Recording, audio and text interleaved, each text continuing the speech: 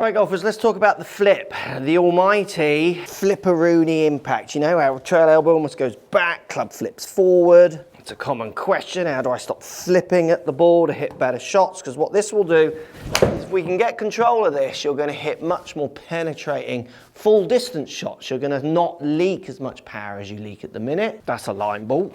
And you're probably doing it with driver iron and wedges, so it's kind of ruining every clubs. And we don't see tour players do it. Tour players, you see those arms coming across your body as the club releases. Amateurs, we get this kind of woo, flip back idea, which definitely, it's ugly to look at if you're filming your swing, and it does really compromise your golf shots. So let's give you 3 simple tips to get that impact position tour proven and those shots starting to go much straighter. With the help of the guys at JD Golf Academy and their amazing gear system, if you want to get on this system, give them a call. We can see this is a very everyday amateur, and you can see the real flip compared to the tour pro player. Number 1 point of the 3 tips that you need to do is you can't have the club face in the angle these players want their club face to be. It's massively different to where the tour player's club face is. So if we start getting up to the top of the backswing and the club face, the toe is just hanging down at the ground, where from the tour player we see the face pointing much more up towards the sky, you're going to have to manage where this face is with the movement you do, because basically if you do the tour player's movement, the ball's just going to go high right. So if I put myself in that kind of club face alignment, if you do the professional delivery, I mean, you're going to hit the most unfunctional shot you've ever hit. So you'll be amazed how much loft, how much face angle dictates what happens down, and you see in the result in impact position. So we've got to get the club face up the top of the backswing, pointing more up to the sky. Easiest way of doing that in these wrist angles, when you get top of your backswing, my Strixon pad, I'm going to try and turn it more to the sky. I'm going to feel like my trail hand bends more down to the ground. Look what that does to the face. These players are often extending lead wrist, trail wrist straightens up, and we get the face more in this position.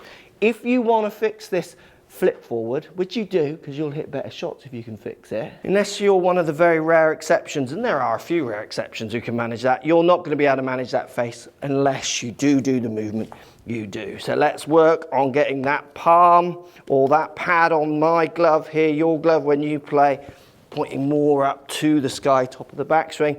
This is only going to encourage the next 2 killer movements that we see. So the next move is something I struggle with as well. It's trail elbow, so the bend in the trail elbow. So as you go up to the top of your backswing, trail elbow, trail arm will start to bend. How much are you bending it or not? And what do you do with that bend? For me, I'm someone who tends to bend the trail elbow too much. I'm trying to get that trail elbow more extended. It's increasing my reach. And for me, it's increasing my distance. But for you, understanding your trail elbow bend could help you control distance. But not trying to hit harder or creating particularly more reach, even though you will, by simply using the energies you're already put in a more efficient way. So again, what we see from the amateur to the pro, the amateur is over 100 degrees bent top of their backswing. Bear in mind, I was like 120, so I know how this feels. So very bent. So obviously, if we think of that around 90 degrees, so that would be straight, 90 degrees, and past that going into the hundreds. What we see from the tour player is they're a little bit less than 90 degrees. So their trail elbow has actually bent a lot less. Now, why is this important? This is important because what you do from this position then is going to dictate what happens as soon as you start down, which we're going to come to in the last tip. So we need to try and get some extension in trail elbow. Bear in mind, we've already got face working.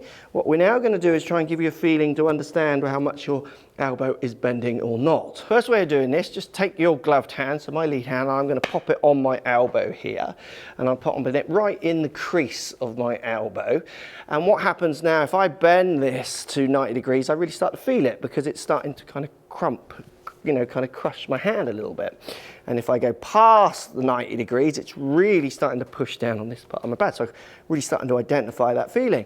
So if I make a backswing just here, where I feel that trail elbow in my lead hand, I can absolutely feel when I'm getting really crushy compared to when I'm extended. Remember, Tour Pro was less than 90 degrees, more out here, and that's barely doing anything to my hand. I get to 120, which is mental.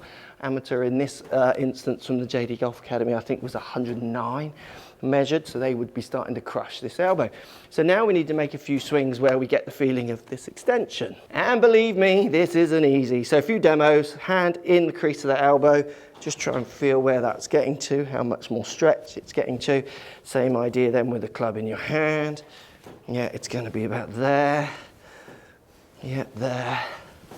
I definitely want to crush. So for me, I have to feel like I'm basically out here a lot more. It might feel different to you all the same. And I'm going to try and put the same ideas there into a shot. Oh yes, it's straight, but it wasn't struck because I do find that hard. Now the third tip, which relates to the second tip, obviously the first one, because they're all trying to fix the same issue, is that what we see from the better players, and this is a common pattern, is less bend in trail arm, it's round at the elbow.